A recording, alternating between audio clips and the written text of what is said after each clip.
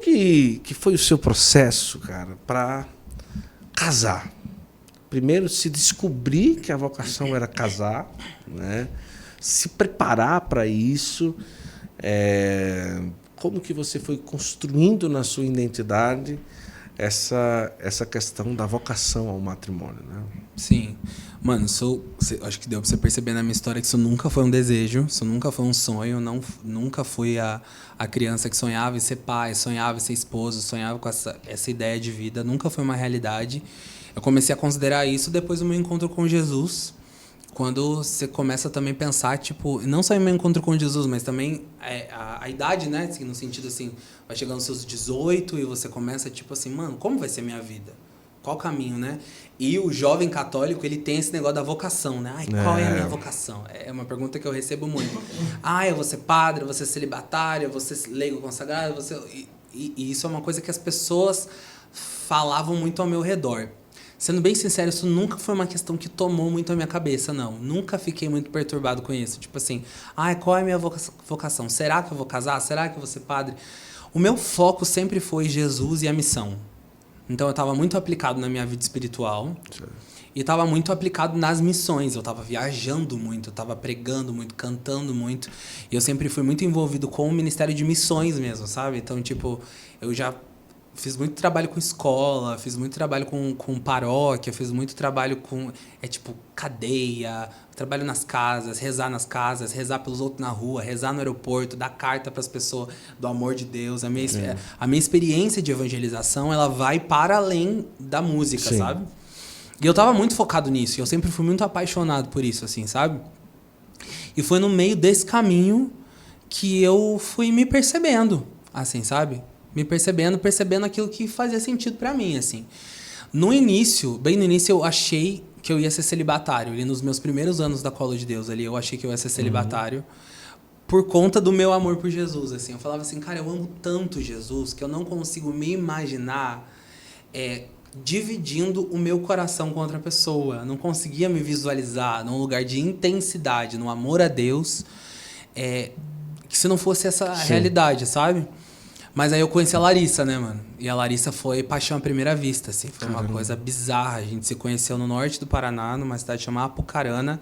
E foi muito louco, porque eu não tava... Ela tava numa missão, era um raléu de Apucarana. Apucarana ou Arapongas? Arapongas. Ela tava no raléu de Arapongas e ela tava lá pregando em uma das tendas do raléu de Arapongas. E eu não tava no raléu de Arapongas, eu tava numa cidade próxima, acho que chama Nova Fátima. E o combinado, eu fazia parte da comunidade de vida na época, e a Larissa, eu tinha ouvido falar da Colo de Deus e tinha ido lá pregar e aproveitar para conhecer um pouco da galera da comunidade. Esse é o cenário. Eu estava saindo de Nova Fátima, indo encontrar o resto do pessoal em Arapongas, para a gente ir embora da missão. Tinha acabado a missão. Larissa estava se despedindo do pessoal de Arapongas para ir embora. Ela morava na Baixada Santista, São Vicente. A gente fez isso aqui, ó. A gente indo embora, ela indo embora, eu chegando. O Hugo, fundador da comunidade, pega no braço da Larissa e fala assim: calma, que tem uma pessoa que eu preciso te apresentar. E a gente se conhece. E eu fico perdidamente apaixonado, mano. Cara. Negócio assim, bizarro. Fui falando da Larissa de Arapongas até Curitiba. Como ela é linda, como ela é santa, como ela é especial, como ela é pregadora, como ela é missionária, como não sei o que, assim. E é muito doido, porque a primeira visão que eu tive da Larissa foi uma visão de admiração, porque a Larissa tem muito mais experiência, em anos, ela tem muito mais experiência missionária do que eu. Quando a gente se conheceu, a Larissa já tinha pregado muito, ela foi coordenadora do MUR São Paulo, né? Foi coordenadora estadual do Ministério Universidades Renovadas. Já tinha pregado, ela fala espanhol muito bem. Ela já tinha pregado fora do país, em alguns países da Latinoamérica, já tinha viajado para fora para ser missionária. E eu estava no início da minha vida missionária, eu estava começando a minha vida na comunidade, no meu primeiro ano de comunidade de vida. Então, quando eu a conheço, eu tive um olhar de admiração por ela, assim, muito grande, sabe? Aí a gente começou a conversar, e aí esse fogo da paixão, ele virou mais uma amizade. Eu comecei a ficar muito amigo dela e a gente começou a se conectar muito nas nossas ideias, assim. E aí, tipo assim, não tinha pra onde fugir, assim, ia ser paixão na certa, assim, sabe? E aí, quando eu a conheci, eu percebi, cara, eu me imagino construindo uma família com essa mulher. Olha, que da hora. Então, antes de ser uma coisa, tipo assim, buscar um casamento, Eu encontrei uma pessoa. Sim. E aí, encontrando essa pessoa, eu me imaginei configurando a minha vida com ela, assim, dentro da realidade do casamento, assim, sabe? Sim. E estamos aí até hoje. E os filhos, como que foi para você a experiência de ser pai? Cara, é avassalador, né? É muito intenso, assim. Eu acompanhei o nascimento do primeiro, via lá nos seus stories, cara, Flavinho é pai, cara, que da hora, que coisa linda, né, cara? Eu via e você fotografava tudo, e fotografava sapato, e fotografava boina, e fotografava eles de roupinha, tudo bonitinho lá. Eu disse, cara, que da hora, isso é muito bom. Isso Não, é e o primeiro linda. filho tem esse encantamento, assim, né? Essa coisa, tipo, tem. tudo é muito lindo, Isso. tudo é muito encantado, né? Assim, muito doido, assim. Eu comecei a sonhar muito com a paternidade depois da Larissa, assim. Comecei a sonhar em ser pai, comecei a sonhar em viver esse sonho. Confesso pra você que não me prepararam pra paternidade. Acho que ninguém, né? Cara? Eu não tinha muita noção do que eu tava querendo, do que eu tava arrumando, não. Né?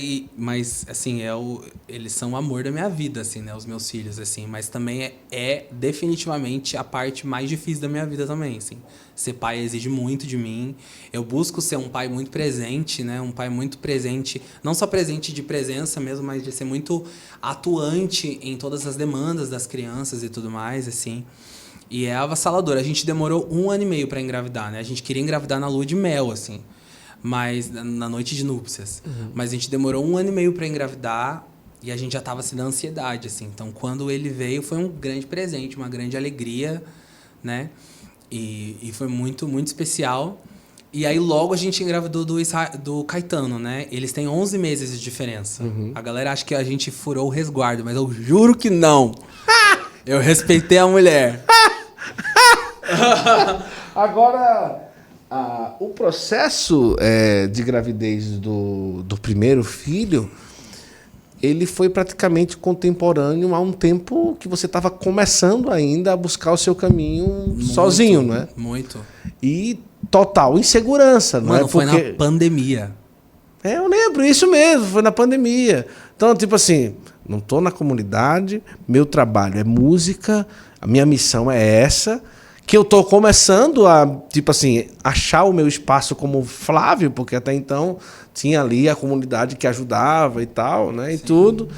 E ela tá grávida e meu filho vai nascer. Cara, como que foi isso? Como que foi vivenciar tudo isso? Foi difícil? Foi complicado? Como que foi? Cara,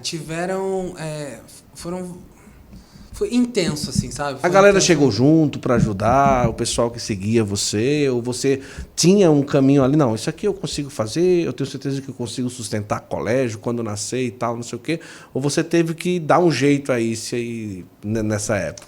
Mano, eu acho que eu não tinha muita dimensão do que estava acontecendo, assim, sabe? É muito engraçado, sim. porque tanto a questão casamento quanto a questão paternidade, as duas coisas eram coisas que eu tinha certeza que eu queria e de que eu não ia adiar, independente do que acontecesse. Certo. Independente da nossa configuração. Então, quando a gente sai da comunidade, por exemplo, a gente saiu da comunidade em janeiro de 2019. Meu casamento foi em maio de 2019, dia 13 de maio.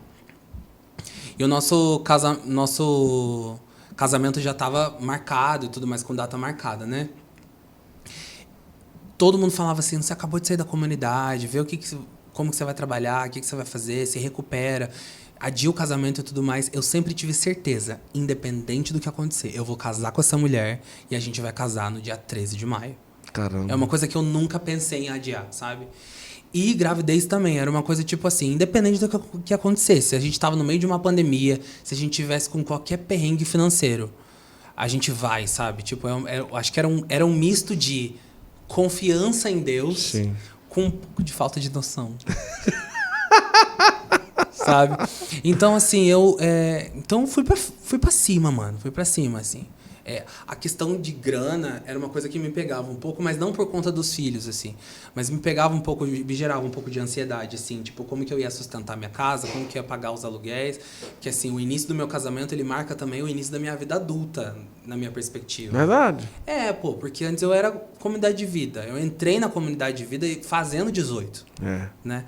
Então, assim, você tem noção, eu nunca tive uma carteira de trabalho, sabe? Tipo, a única coisa que eu sempre fiz da minha vida foi... Pagar aluguel, fazer feira, pagar energia, pagar luz, pô, era a primeira vez. Exatamente, assim. Quando eu saio da comunidade, eu começo ali e eu me caso, eu começo a ter aluguel, eu começo a ter, tipo, e aí, vamos ter convênio ou não? O que dá pra pagar, o que não dá? Qual é o preço das coisas? Eu não sabia. Porque na comunidade de vida, você acorda, tem pão. Quanto que tá o pão? Você não sabe. Entendeu? Agora eu sei. Quanto que é o quilo de arroz? Mais ou menos, que eu sou meio sem noção pra essas coisas de preço. Mas, tipo assim, as coisas têm preço, as coisas custam. E quanto que custa o trabalho? Quanto você precisa trabalhar pra você conseguir ter o que você tem? Sabe essas noções meio básicas que eu acho que um adolescente jovem precisa começar a ter? Eu não tive. Eu tive uma pancada. Eu saí da comunidade de vida com um casamento marcado e uma casa pra você mobiliar. Porque eu casei, eu não tinha colchão, eu não tinha mesa, eu não tinha sofá. Entendeu? Porque eu falei, eu vou casar de qualquer jeito. A galera me achava maluca. A nossa casa, mano, tinha de aluguel, né? A gente mora de aluguel até hoje, mas a nossa primeira casa, nosso primeiro apartamento lá em Curitiba, fazia eco, porque não tinha móveis. A gente não tinha guarda-roupa, a gente guardava as nossas coisas em caixas, assim, sabe? Então, foi uma emoção. Nessa época, a ansiedade pegou, assim. Eu voltei pra terapia nessa época e comecei a ter crise de ansiedade mesmo, assim. Porque essa coisa de dinheiro é uma coisa que me pega num lugar de construção de vida também. Sim. Porque a minha família vem de uma realidade muito pobre. Então, muito medo, assim, sabe? De passar necessidade, assim. Mas nunca passamos. Passamos apertado, perrengue, Sim. sabe? Tipo, na pandemia também foi uma coisa assim que até hoje, assim, eu não sei como que a gente conseguiu... Como todo mundo passou, né, cara? Não sei como que a gente conseguiu sobreviver, porque a gente vive de evento, né, mano? Então, aí os eventos pararam, foi uma coisa muito, muito desafiadora. Mas a gente sempre tendo criatividade, a gente sempre empreendeu, assim. E aí a gente... conseguiu, mano. E os filhos vêm aí... Na verdade, o filho vem coroar. Filho é uma bênção, né?